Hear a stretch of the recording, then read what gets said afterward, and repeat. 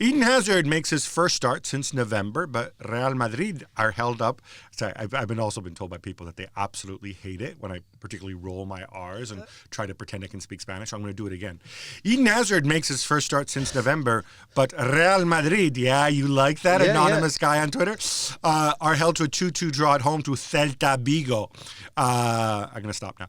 The lead is now a single point. Robbo, is this just a blip or is it a reason to worry? I think it was just a blip when you see the stats of the game and you see the chances made. Real Madrid with a better side. My worry for them is that Varane, for both goals, was caught slightly out. He got too square, didn't see the danger. And you're going to let Ramos off? You're only going to blame Varane for that? No. Varane was the one that didn't see the danger on 2 occasions. And he got Ramos steps up on the first one. And But if Ramos steps up, Varane's got to be aware of the danger. He's got to be aware. He was too square. His body wasn't in a position where he could go backwards or forwards. So I would say that's the only problem I could see for Real Madrid. They tried to play too high a line. They didn't see the runs in behind them. But if they played that game over 10 times, they'd win 9 times out of 10. I would agree with you. I'd probably give him a pass as well. Also, when you've got two guys like Varane and Ramos, who not only are really, really good, but have played together for yonks. I think they've been together probably longer than any defensive partnership among Europe's top teams. And they make 2 mistakes like that. This is left field. This is left field stuff. It's like it's not like they're bad players all of a sudden. It's not like they've lost their experience. It's not like they've lost their chemistry. Sometimes it could be complacency. Sometimes it can be a little bit of laziness. I've seen that with Liverpool this season occasionally. But this could be a good wake-up call as well. So, I don't know. I'm not concerned about this at all. Now, Barcelona hosted Getafe and came away 2-1 winners. Gab, relief all round for KK Setien? Yeah, also because Getafe, people use that wonderful line saying like, playing Getafe is like a trip to the dentist. Well, this was like the dentist coming into Quique Setien's house in the middle of the night. They're the sadistic Bordalas, who's their manager, and going and like drilling into his gums, potentially. And I think, and the other thing about Setien and Bordalas have a real personal animosity. I mean, they are opposite ends of the spectrum, right? Setien believes in this way of playing where they're attacking and it's possession and it's pretty and. Whereas he's called Bordalas anti-football in the past because Getafe, they commit a lot of fouls. They're masters of the dark arts, as your people would like to say, until, of course, you became masters of the dark arts yourself. And so it was really important that coming on the back as well with a Dembele injury or whatever, it was really important that they go in and they get a result. And lucky to get the result? I don't think they were lucky. Griezmann missed a couple sitters. He also scored a goal with an absurdly good pass from Lionel Messi. But in the end, though, it was Marc-Andre ter Stegen, in the goal, needing to make the save after save. A fun fact too, Angel, who scored for Getafe, who's rumored to be Barcelona's emergency signing. We're going to find out today. They applied to La Liga to make an emergency signing. For special permission to make an emergency signing given Ousmane Dembele's injury. And the big rumor is that it's this guy, Angel, who they're going to bring in. And I think he knows it because he scores and he doesn't celebrate against possibly his future team. But the one thing I want to ask you is, so Messi has now gone 362 minutes without scoring, which you would figure for a normal person isn't really a big deal. But hey, it's Messi.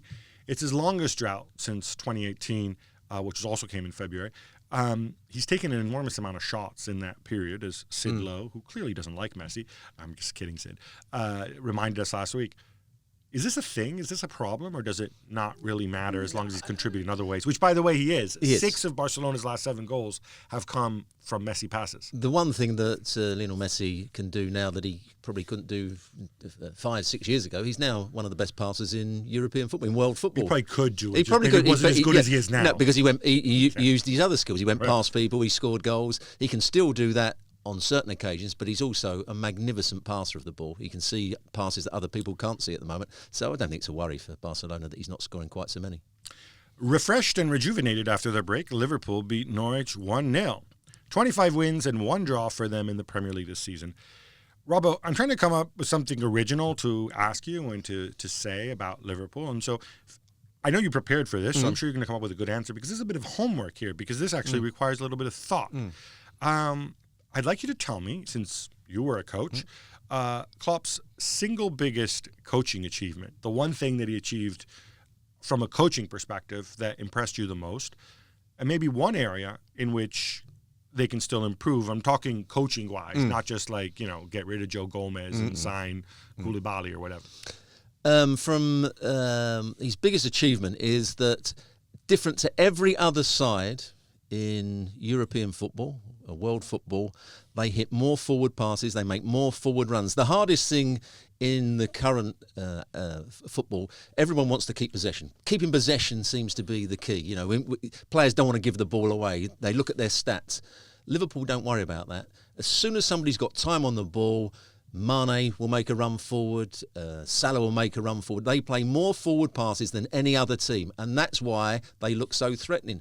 They rarely go into somewhere and come back out. And it's They're forward passes. It's forward not, passes. We're talking kick and rush because their possession numbers are still It's pretty forward remarkable. passes. They're looking to play forward. Players off the ball are making runs beyond the ball rather than always sitting behind the ball or trying to come back.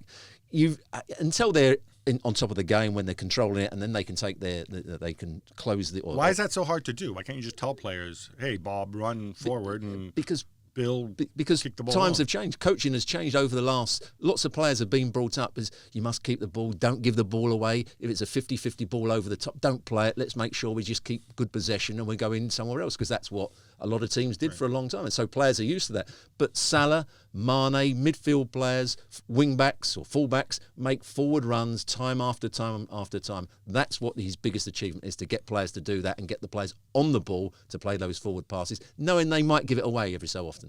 And if you're Klopp, when you look at it, you look at your perfect machine, is there one thing that you say, let me figure out how to do a better job at this? And is there one area where I can improve my team? Yeah, I would still say, and I mentioned it about Real Madrid, every so often I think there's a complacency with the brilliant Van Dijk and whoever he's playing at centre-half with.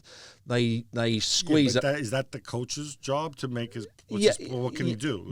I think he's almost saying, sometimes if he wants everybody to press, and there's this great myth that if your front players and your midfield players are pressing, then your centre-halves should be holding a very high line and not worried about the spacing behind them, but squeeze up as well. I don't think that's the case. If you're pressing high up the field and the team's under pressure, what ball might they play to get themselves out of pressure? The ball over the top. And sometimes it's whipped in behind, and it's happened too many times. Norwich got one ball in behind Liverpool and they should have scored. Okay, but I'm going to play devil's advocate here. I always thought you have to play a higher line if you press, because otherwise, if you don't do that, it's a lot easier to break. You play a high line, but and then they're passing it through rather than hoofing it over the top, where Alisson can come out to collect. So it. it's you play a high line, but you get in a body position on the half turn, so you're always wary to go back in. If you just stand and say, "I'm holding a high line," and they time their runs, people get in, as they did against Liverpool on Norwich did, and then didn't take the chance. I guess it's all about pursuing perfection. And yeah, to be fair to him, in that back four, he's got wingers. It's a minor point. It's a minor point. He's got wingers playing fullback, and his other center back is Gomez, Lovren, or Matip, who are fine, but they're not on Van Dijk's level. So, but yes, there's always room for improvement. Gab, it's Bayern who stay top, winning 4-1 at Cologne. They were 3-0 up after 12 minutes, so not much to it, really, was there? No, not much to it. Cologne had actually been on a decent run going into this, but obviously if you're 3-0 up, it becomes a game changer.